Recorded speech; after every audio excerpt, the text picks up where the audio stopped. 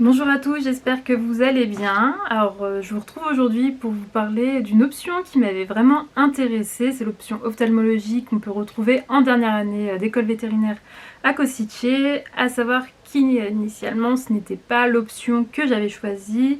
Initialement j'avais choisi stomatologie. Pourquoi? Parce que je pense que vous savez peut-être que je suis assez passionnée par le milieu équin et que la dentisterie en équine c'est tous les ans voire plus, donc c'est quand même un sujet assez important, donc j'étais intéressée par ça. Mais le problème c'est qu'il n'y avait pas assez d'étudiants qui s'étaient présentés pour cette option, donc j'étais obligée de choisir une autre option. Donc j'ai choisi ophtalmologie qui est tout aussi important pour moi, puisque on le sait très bien, les yeux c'est quelque chose de fragile, c'est assez exposé, c'est important pour la vision. Les animaux vont facilement se blesser, que ça soit avec des épillés, lors de combats, je sais pas, un chien qui se fait attaquer, qui se fait griffer par un chat, ou bien une exposition chimique, des choses comme ça. Donc je trouvais que c'était quelque chose d'assez important, et c'est aussi quelque chose, un organe qui est assez minutieux à traiter, donc je me suis dit pourquoi pas choisir ophtalmologie, après tout ça doit être sympa. Et franchement je décide de vous en parler aujourd'hui puisque je n'ai absolument pas regretté ce choix.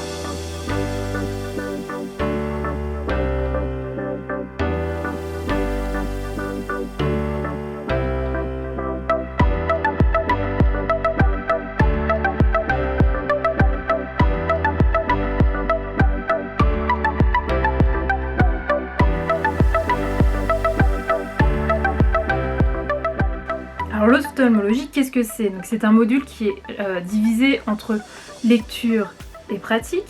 Donc on va avoir des lectures aussi bien sur la vision de l'animal, comment ça fonctionne, sur les différentes méthodes diagnostiques, donc par exemple l'utilisation de la fluorescéine pour voir si on a un ulcère cornéen, le rose bengal test pour voir si on a la présence d'herpès virus aussi par exemple chez les chevaux. Enfin, vraiment l'utilisation de l'ophtalmoscope jusqu'à l'utilisation des ultrasons, puisque ça va nous permettre en fait de visualiser plus en profondeur l'organe pour diagnostiquer, identifier les pathologies. Enfin, c'est assez détaillé, on va dire. Ça complète un peu ce qu'on voit en ophtalmologie pendant les lectures généraux obligatoires.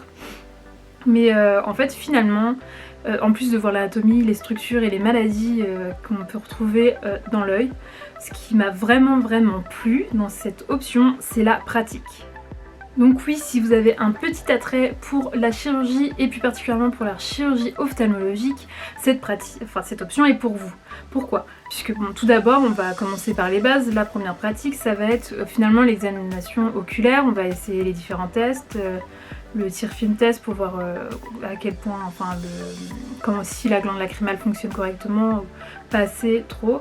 Donc ce que je disais, le fluorine test, enfin toutes les étapes, on va voir toutes les étapes, on va pouvoir apprendre à examiner l'œil d'un animal, aussi bien chez le chien que chez le cheval, donc ça va être les sujets qu'on a plus particulièrement vus pendant notre pratique, mais pas que.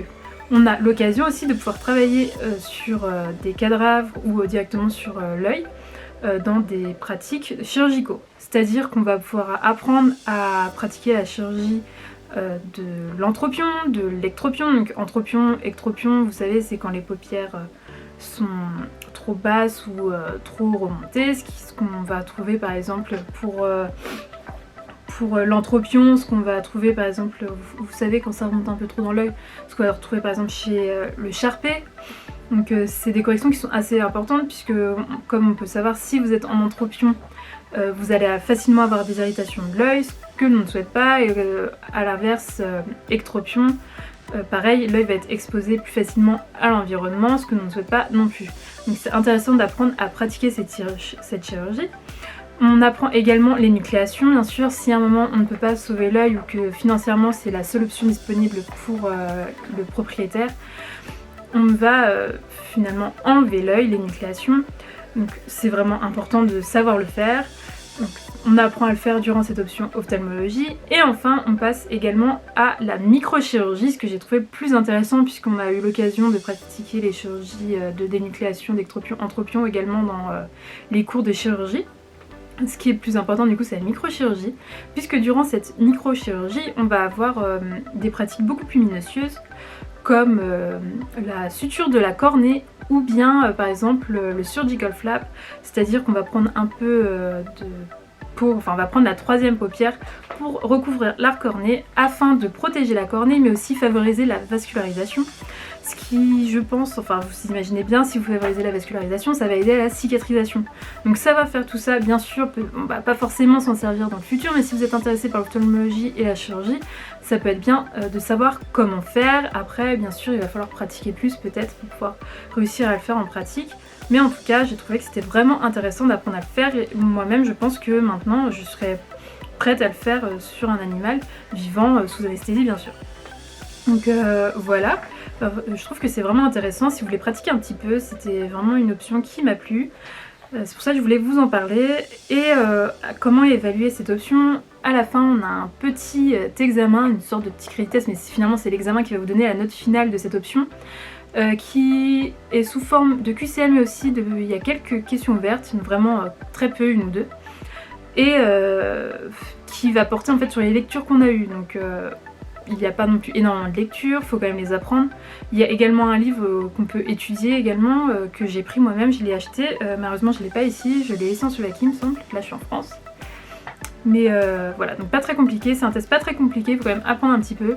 Mais option sympa, on apprend des choses plutôt agréables, enfin c'est toujours satisfaisant d'apprendre un peu de chirurgie et de pratiquer un petit peu. Et en plus un test pas très compliqué, donc pourquoi pas hésiter. Après, je tiens à préciser que moi j'ai aimé cette option, ce n'est peut-être pas le cas pour d'autres étudiants, et peut-être que les autres options étaient aussi géniales, je n'en sais rien, mais moi en tout cas j'ai adoré. Donc voilà, j'espère que cette petite vidéo vous aura plu.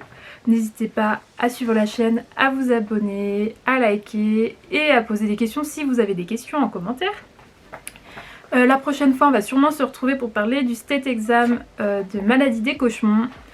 Donc j'espère vous y retrouver et à la prochaine!